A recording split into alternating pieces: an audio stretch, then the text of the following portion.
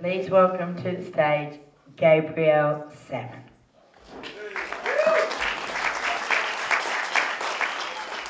It's midnight, and there is a mouse munching, conspicuously crunching, tasty delights in places that magically vanish when I turn out the light. "You little bastard!" I yell, snuggled up and giggling in bed. "You better not be eating anything good!" And it's just me and Midnight Mouse, a little farmhouse with a red door. Just me and the 3 rounded rumpies, all affectionately named T-Bone Bruce, 1, 2 and 3, by long-term vegetarian, me. "You look tasty," I tease, as they laze around, contentedly chewing and never actually mooing, even though I greet them every morning with, "Hello, moo cows." I was watching one the other day. It was chewing on whatever its head could reach from where it lay, and I came to the realization that was the equivalent of me laying down in a giant plate of salad. Hashtag revelation. Hashtag nirvana. Hashtag bring me back as a bovine. And that's only a glimpse of the amusingly weird shit I get up to when I've had bulk time alone. Bulk time alone. All shades of night.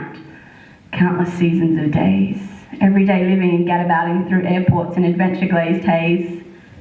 I don't know why they say doing it single-handedly. I've got 2 hands, and I've been constantly compelled to use them, both. Living in Bali, I taught myself how to take myself out for dinner. It was either that or get unacceptably thinner, and as you can see, I've got curves to maintain. Yes, waiter, party of 1. Who says parties of 1 can't be fun? Everyone at this party thinks my jokes are hilarious. Then, on that open-ended trip to Germany, I learned how to let the world cradle me in arms of global security. The world's got my back. And that sweet guy who saw me struggling down 3 flights of stairs with a bag that weighed more than your mama is just one of 1,000 strangers who have momentarily lifted the weight from my shoulders. I've got strong shoulders and even stronger supporters. I know my name and I can sing it proud. And every solo traveller has had the glorious realisation that it's impossible to lose who you're with when you're alone in a crowd. And it's so easy to decide everything. Where to live, what to do, when to go, how to show up in the world, everything. Majority votes never been so easy.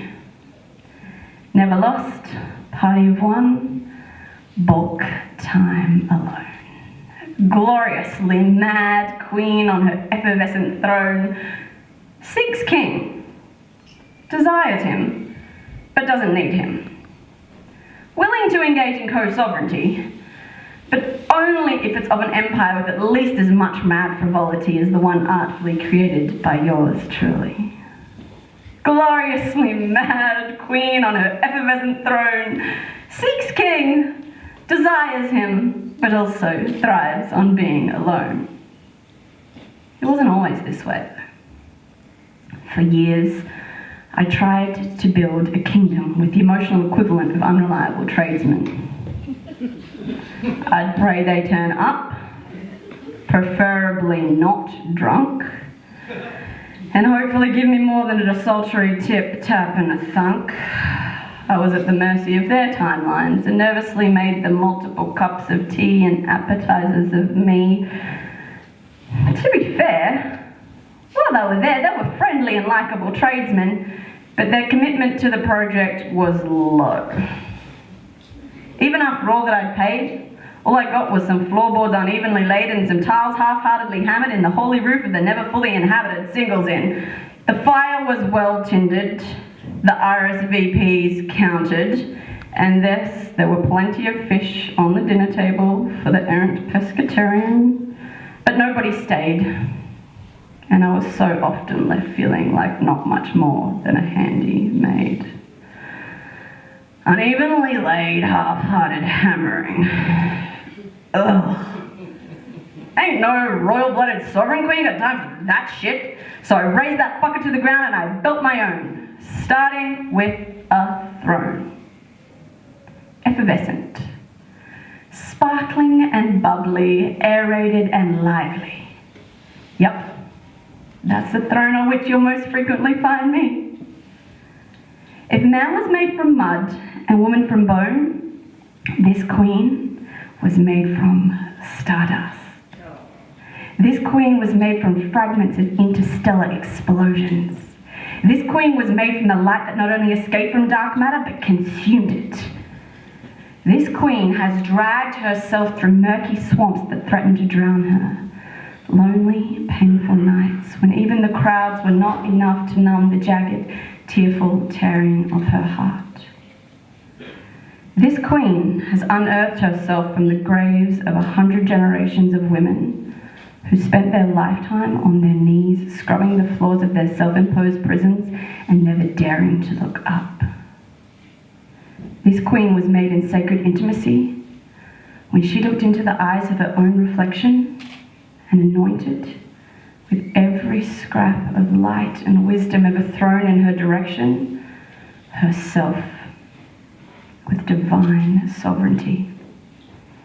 This queen was made in the moment when she looked up and saw, finally free from the cataracts of hand-me-down insecurity, herself, her radiant, bare-faced genius, her unwavering competence, her 100% success rate at living, and her fierce commitment to bringing her liberated light to shadowed corners that for centuries had remained unseen. She blazes, this mad, raving, effervescent queen. I am the first in my line to claim this. I am the first in my line to say no to the crusts. No to the emptiness of waiting in a space not my own. No to compromised servitude when what I longed for was a throne. With these capable hands, yes, both of them, this willing heart and this vast reimagination, I have built myself a palace. Part temple, part oasis. The doors are open, but the invitation's infrequent because I would genuinely rather spend another 1,000 nights alone than let myself be sullied by something for which I'd feel I had to atone. Today, this is true. Glorious bastion of self-love. Today, this is true. And in every imaginable tomorrow, this will also be true. Gloriously mad queen on her effervescent throne, unreservedly loving this body that her spirit decided to call home. Seeks king, desires him, but also thrives on being alone.